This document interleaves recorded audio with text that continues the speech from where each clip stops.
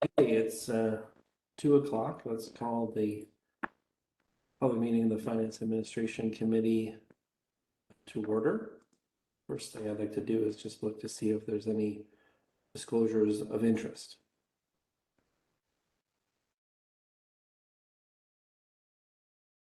Okay, I don't see any. Brings us to the introduction of new business.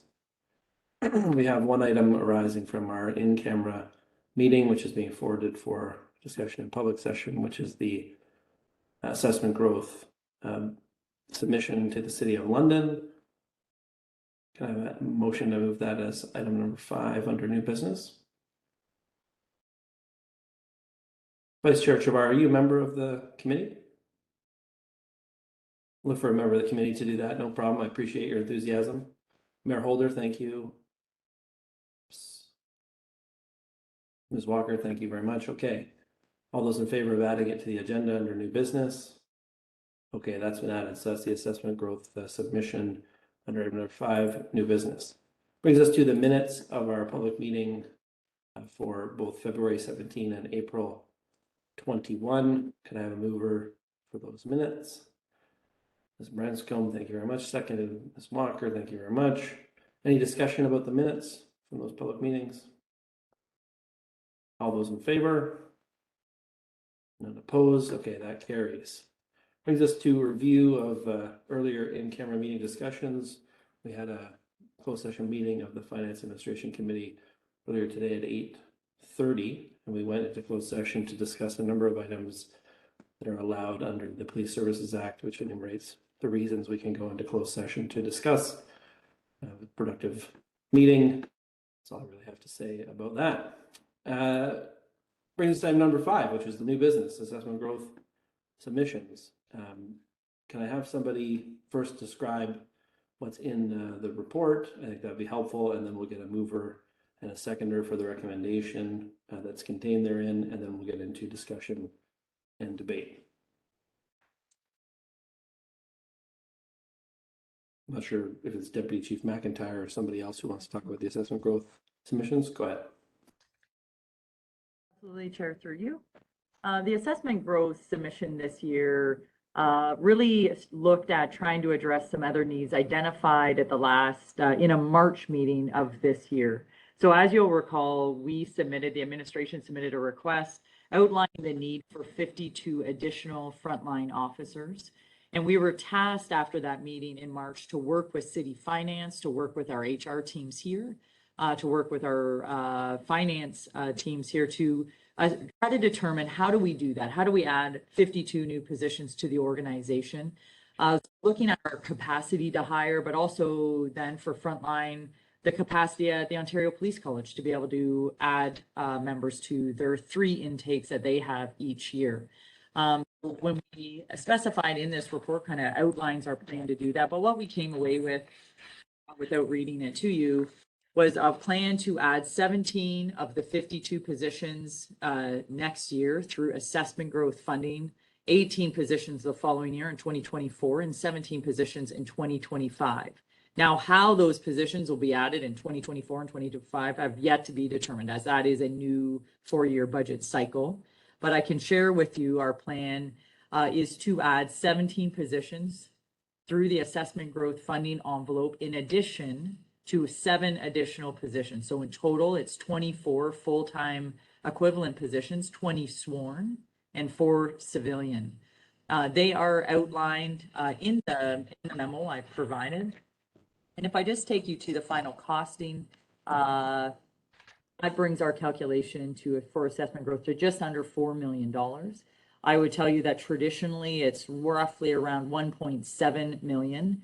And our City Finance has really expanded that envelope to build in capacity that is much needed at this time. And so we work with them on our business cases and really drafting them as a growth position case. As the city grows, so must we, to be able to keep up with demands. And so those cases are summarized for you there.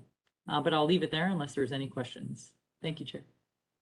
Thanks very much, Deputy Chief. So I'll look for a mover and a seconder, and then we'll get into discussion. I'll move it. Ms. Branscombe, yeah, seconder. Ms. Walker, okay. Any discussion about assessment growth submissions?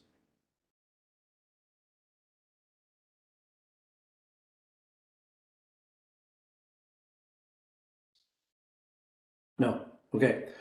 I'm going to ask maybe Ms. Walker if you could just take the chair for a moment, and then I'm just going to make a few comments. Mr. Helmer. Thanks very much. So I appreciate the report.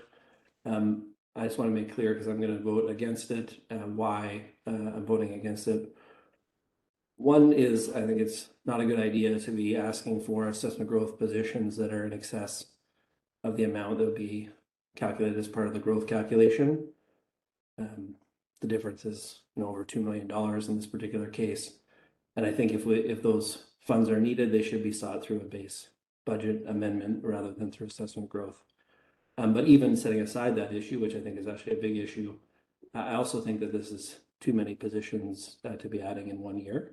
And I don't support the scale of the proposed change, even if it was split between base budget amendment and assessment growth. I would be comfortable with something smaller scale around the base budget amendment.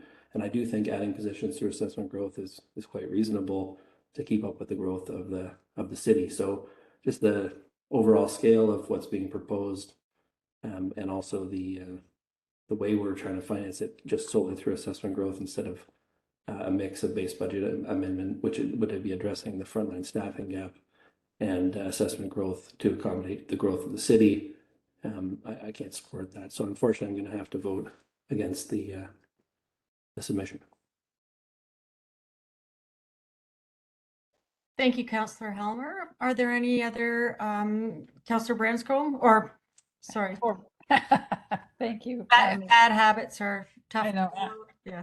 Acting Chair, with respect, I have the opposite view to Councillor Helmer on this issue.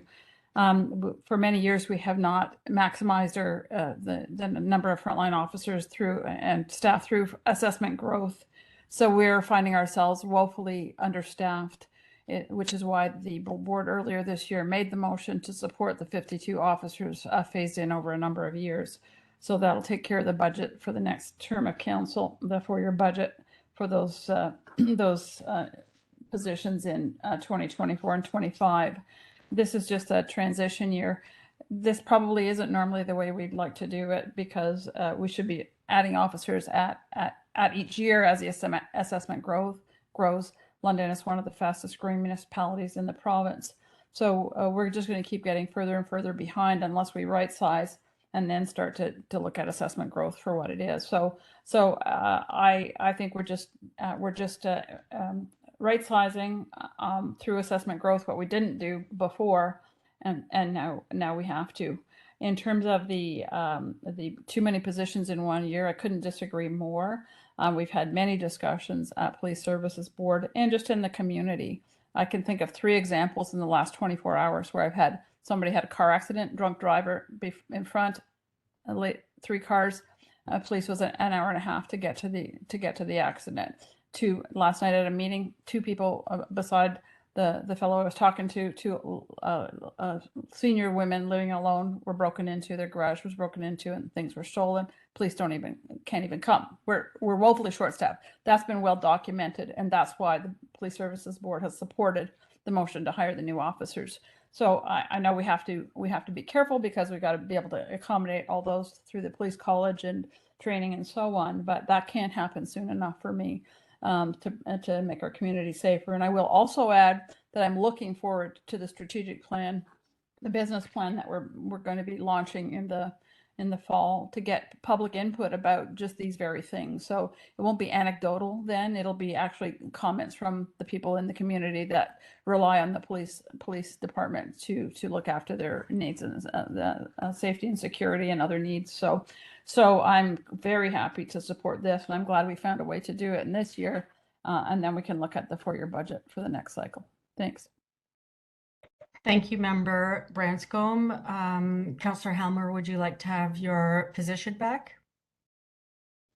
Sure, happy to do that. Thanks for chairing. So I don't have anyone else on the speakers list. Okay, so all those in favor? Any opposed? Okay, that is carried. Let me just pop up the agenda, sorry. That brings us to adjournment. Too many documents open. Yeah, so there's no other additional business. Can I have a motion to adjourn this meeting? And then I'll see everybody at 2:30 for the start of the public board meeting. Ms. Branscombe? Seconder? Ms. Walker, thank you very much. All those in favor? Any opposed? Okay, that's carried. See you at 2:30.